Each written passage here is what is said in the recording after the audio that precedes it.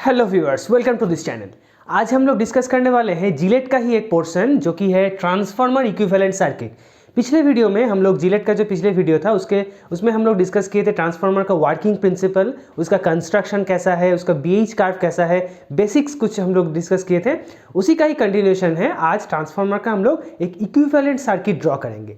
तो आज हम लोग डिस्कस करेंगे कि इक्विवेलेंट सर्किट हम लोग को क्यों ड्रॉ करना चाहिए, कैसे हम लोग ड्रॉ करेंगे, क्या क्या पैरामीटर्स है उसमें, कैसे हम लोग उसे इक्विवेलेंट सर्किट को ड्रॉ करते हैं, उसके लिए हम लोग को क्या क्या चाहिए, ओके, और क्यों हम लोग वो इक्विवेलेंट सर्किट ड्रॉ करने से हम लोग को फ़ायदा क्या है।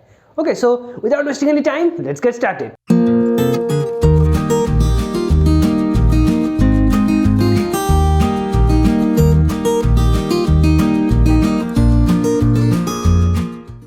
तो इक्विवेलेंट सर्किट ड्रॉ करने से पहले एक बार जल्दी से हम लोग देख लेते हैं कि हम लोग पिछले क्लास में क्या डिस्कस किए थे। ठीक है, हम लोग ऐसा एक डायग्राम ड्रॉ किए थे। ये एक ट्रांसफार्मर का बहुत ही सिंपल सा एक डायग्राम है। यहाँ पे इस साइड में क्या वुंड था, प्राइमरी वाइंडिंग, ओके, एंड इस साइड में क्या था, secondary winding, right. Primary winding हम लोग जहाँ पे सप्लाई डालते हैं उसे प्राइमरी वाइंडिंग कहते हैं, और जहाँ से हम लोग आउटपुट लेते हैं उसे सेकेंडरी वाइंडिंग कहते हैं। ठीक है तो ये जो डायग्राम है इससे हम लोग कोई भी प्रॉब्लम सॉल्व नहीं कर सकते। प्रॉब्लम मतलब मान लो कि किसी सेकेंडरी का करंट हम लोग को निकालना है, या प्राइमरी का करंट निकालना है, या वाइंडिंग का रेजिस्टेंस निकालना है, सब कुछ अगर निकालना हो तो ये डायग्राम सुटेबल नहीं है उस प्रॉब्लम सॉल्व करने के लिए या कोई भी पैरामीटर्स निकालने के लिए।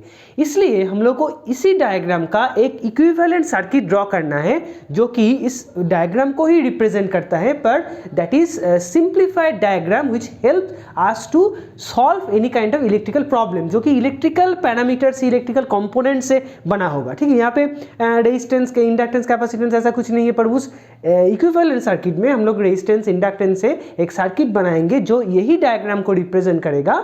और उस इक्विवेलेंट सर्किट से हम लोग को क्या हेल्प होगा कि हम लोग कोई भी पैरामीटर अगर निकालना चाहते हैं, कोई भी मैथ्स हम लोग अगर सॉल्व करना चाहते हैं, तो उस इक्विवेलेंट सर्किट से हम लोग को आसानी होगी। ठीक है, तो हम लोग देख लेते हैं कि कैसे हम लोग इसे इक्विवेलेंट सर्किट ड्रॉ करते हैं। उससे पहले एक चीज देखो कि ट्रांसफार्मर दो तरह का था, एक आइडियल ट्रांसफार्मर, एक practical transformer.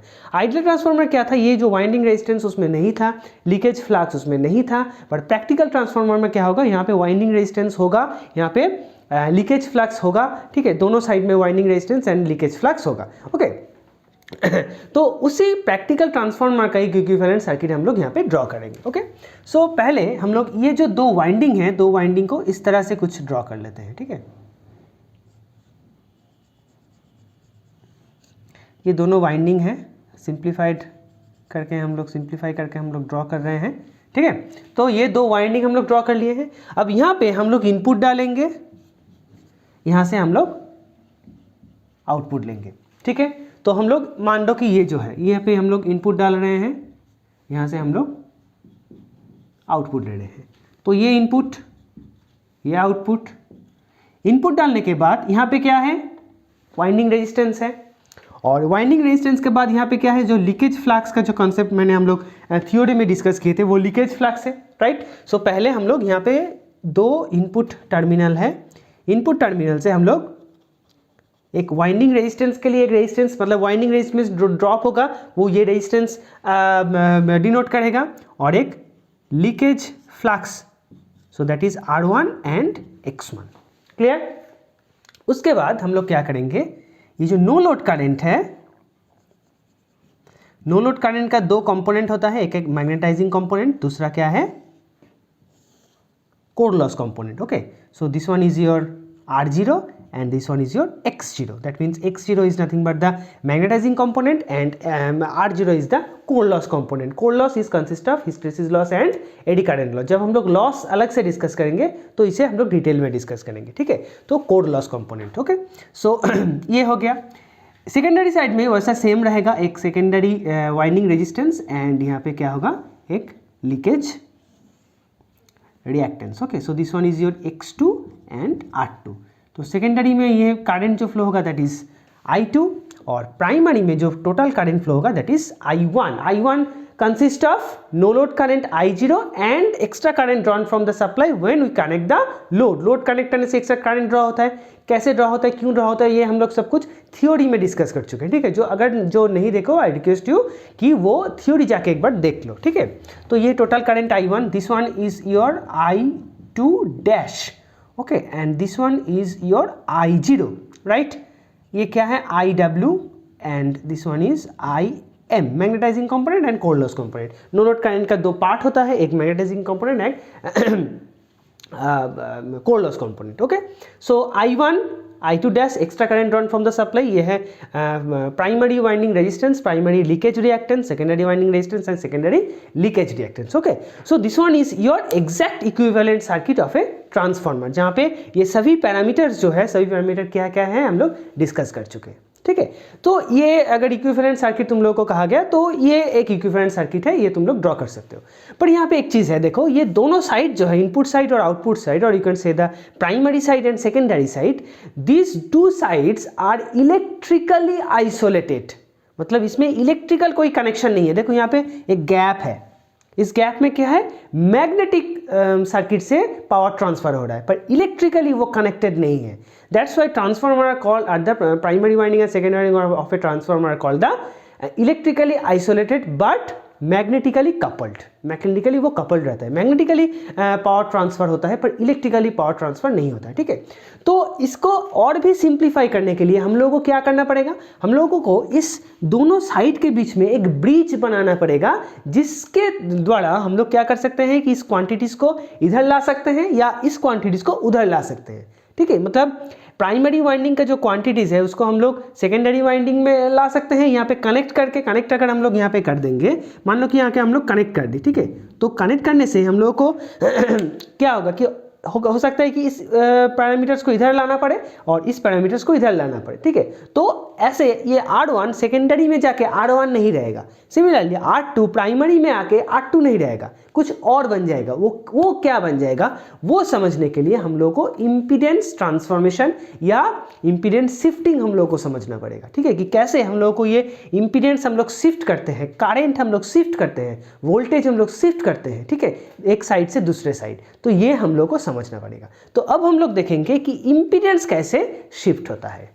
So next is the impedance shifting. Okay, so पहले देखो क्या है Z1, that means primary total impedance, that means resistance और इंडक्टेंस को मिला के जो बनता है वो उसे क्या क्या कहते हैं, impedance. Okay, so primary total impedance that is nothing but V1 by I1।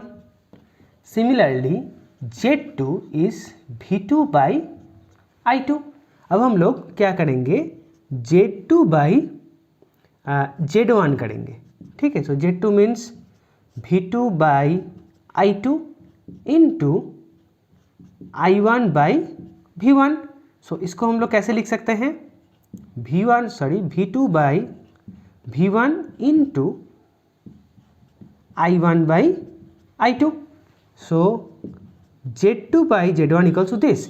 अब हम लोग एक फॉर्मूला याद करो, एक फॉर्मूला हम लोग डिस्कस किए थे, V2 by V1 equals to E2 by E1 equals to I1 by I2 equals to N2 by N1 equals to K मतलब ट्रांसफॉर्मेशन रेशियो, जहाँ पे ये है secondary voltage, primary voltage, secondary induced voltage, primary induced voltage, primary current, secondary current, secondary turns, number of turns, primary number of turns equals to K. Okay, so that means V2 by V1 equals to K and also I1 by I2 equals to K.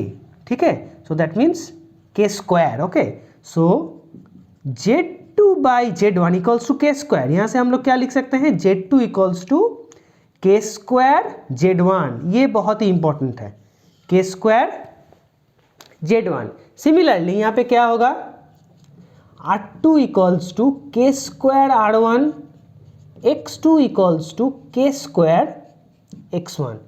ये तीन formula बहुत ही important formula है, तो यहाँ से हम लोग कुछ कंक्लूशन में आ सकते हैं। ठीक है, तो Z1 यहाँ पे देखो, Z1 के साथ के स्क्वायर मल्टीप्लाई करोगे तो Z2 बन जाएगा। Z1 किस साइड का इंपीडेंस है? प्राइमरी साइड का। Z2 किस साइड का इंपीडेंस है? सेकेंडरी साइड का। सो प्राइमरी साइड के इंपीडेंस से अगर हम लोग के स्क्वायर मल्टीप्लाई करेंगे तो वो सेकेंडरी साइड का इंपीडेंस बन जाएगा। ठीक है, मतलब प्राइमरी इंपीडेंस को अगर हम लोग सेकेंडरी में ट्रांसफर करना चाहते हैं तो के स्क्वायर से मल्टीप्लाई करना पड़ेगा। सिमिलरली रेजिस्टेंस को भी सेम के स्क्वायर से मल्टीप्लाई करना पड़ेगा और रिएक्टेंस को भी सेम के स्क्वायर से मल्टीप्लाई करना पड़ेगा। ठीक है, सिमिलरली अगर हम लोग Z1 का वैल्यू निकालते हैं तो Z2 को के स्क्वायर से डिवाइड करोगे तो Z1 आएगा, मतलब सेकेंडरी को अगर के स्क्वायर से डिवाइड करोगे तो वो प्राइमरी बन जाएगा। Similarly for the resistance, similarly for the reactance. तो यहाँ से हम लोग कुछ कंक्लूजन लिख सकते हैं। ठीक है, रेजिस्टेंस और इंडक्टेंस के बारे में पहले लिखते हैं। रेजिस्टेंस,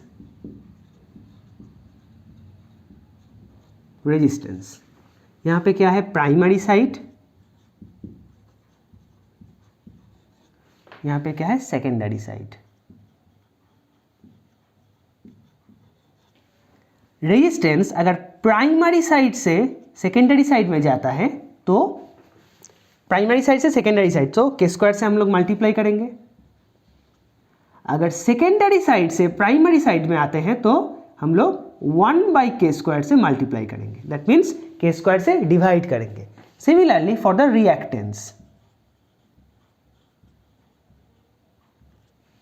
प्राइमरी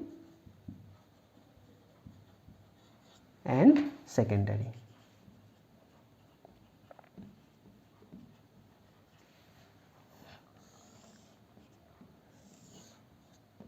वन बाई के स्क्वायर एंड के स्क्वायर। प्राइमरी से सेकेंडरी साइड में अगर ट्रांसफर होगा तो के स्क्वायर से मल्टीप्लाई करेंगे और सेकेंडरी से प्राइमरी साइड में होगा तो हम लोग 1/k स्क्वायर से मल्टीप्लाई करेंगे। ठीक है, तो ये तो हो गया रेजिस्टेंस और रिएक्टेंस के लिए क्या होगा। सिमिलरली इम्पीडेंस के लिए भी वो सेम ही होगा।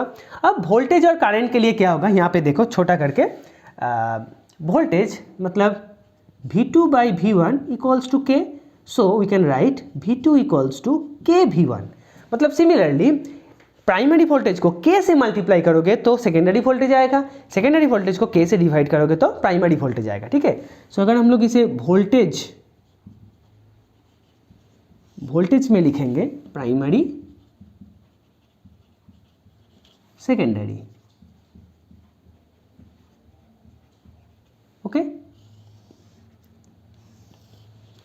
सो प्राइमरी से सेकेंडरी में जाएगा तो वो K से मल्टीप्लाई होगा, सेकेंडरी से प्राइमरी में आएगा तो वो 1/k से मल्टीप्लाई होगा, दैट मीन्स सिंपली वो K से डिवाइड होगा। अब करंट में क्या होगा, देखो करंट में I1/I2 equals to K, so I1 equals to KI2, that means secondary current को K से मल्टीप्लाई करोगे तो प्राइमरी होगा, दैट मीन्स सेकेंडरी से अगर प्राइमरी में आना चाहते हो तो वो K से मल्टीप्लाई होगा, मतलब सिर्फ सभी जो हो रहा है उसका उल्टा होगा। ठीक है, सो करंट के लिए यहाँ पे similarly primary and secondary. Okay, primary से सेकेंडरी में जाएगा तो वो क्या होगा, प्राइमरी से सेकेंडरी में आ रहा है तो वो K से डिवाइड होगा, दैट मीन्स 1/k, और सेकेंडरी से प्राइमरी में आएगा तो वो K से मल्टीप्लाई होगा। ओके, सो यहाँ पे सभी देखो रेजिस्टेंस, रिएक्टेंस, वोल्टेज प्राइमरी से सेकेंडरी आ रहा है तो मल्टीप्लाई हो रहा है, और सेकेंडरी से प्राइमरी में आ रहा है तो डिवाइड हो रहा है। ठीक है, पर करंट के लिए उल्टा है। रेजिस्टेंस और रिएक्टेंस के लिए K स्क्वायर से होगा वो मल्टीप्लिकेशन डिवीजन, और वोल्टेज और करंट के लिए वो K से होगा, यही डिफरेंस है। ठीक है, तो इसको अगर हम लोग एक सम अप करेंगे, इसको मिटा देते हैं।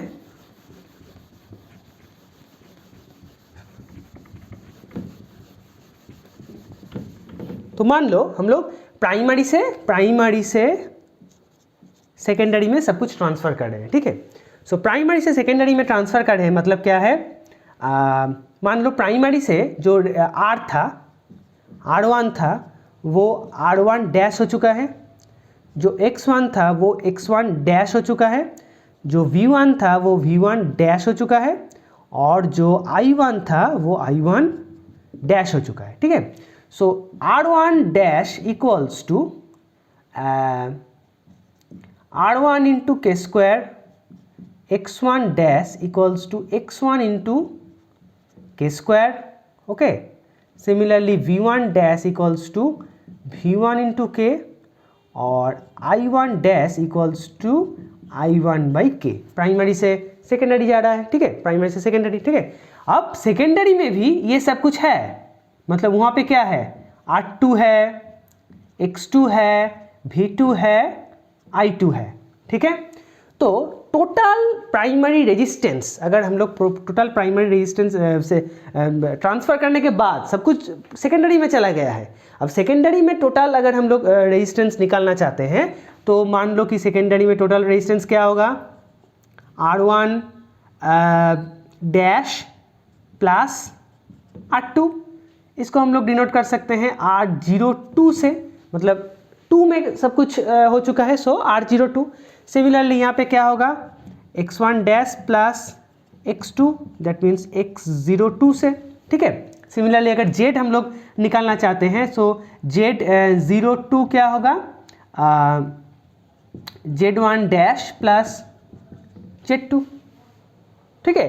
तो ऐसे करके तो यहाँ पे क्या होगा, ये टोटल क्या है, Z02 मतलब ऐसे नहीं होगा एक्चुअली, होगा root under R02 square plus X02 square, ठीक है। जैसे Z का फॉर्मूला होता है वैसे ही होगा, ओके। सो इस तरह से हम लोग कोई भी क्वांटिटीज़ को किसी भी साइड में ट्रांसफ़र करके उसमें एक इलेक्ट्रिकल ब्रिज बना सकते हैं। उस ब्रिज के थ्रू, ये क्या है, जो हम लोग शिफ्टिंग कर रहे हैं, that is nothing but a bridge.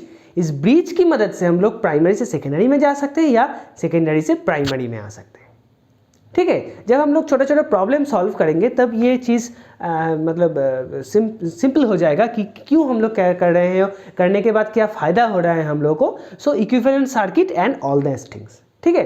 तो आज हम लोग क्या डिस्कस किए, रिकैप्चुलेट कर लेते हैं। आज हम लोग डिस्कस करें इक्विवेलेंट, टिपिकल इक्विवेलेंट सर्किट किसे कहते हैं। मतलब एक ट्रांसफार्मर है, उसको हम लोग इलेक्ट्रिकल फील्ड में, हम लोग इलेक्ट्रिकल फील्ड में उसे रिप्रेजेंट कर रहे हैं यूजिंग द इलेक्ट्रिकल कंपोनेंट्स, जैसे कि रेजिस्टेंस, इंडक्टेंस, ऐसे कंपोनेंट्स से हम लोग कैसे रिप्रेजेंट कर सकते हैं वो। और उस डायग्राम में हम लोगों ने देखा कि प्राइमरी और सेकेंडरी के साइड के बीच में कोई इलेक्ट्रिकल कनेक्शन नहीं है, तो हम लोग इलेक्ट्रिकल कनेक्शन बनाने के लिए सभी क्वांटिटीज़ को किसी साइड में हम लोग को ट्रांसफ़र ज़रूर करना होगा, ठीक है। उस ट्रांसफ़र करने के लिए हम लोग ये जो शिफ्टिंग है, इम्पीडेंस शिफ्टिंग, ये हम लोग देखें, ठीक है। So that's it for today's video guys. If you like this video then like the video and share it with your friends, and those who are new this time please subscribe the channel and hit the bell icon. मिलते हैं अगले video में, तब तक के लिए Tata and good bye.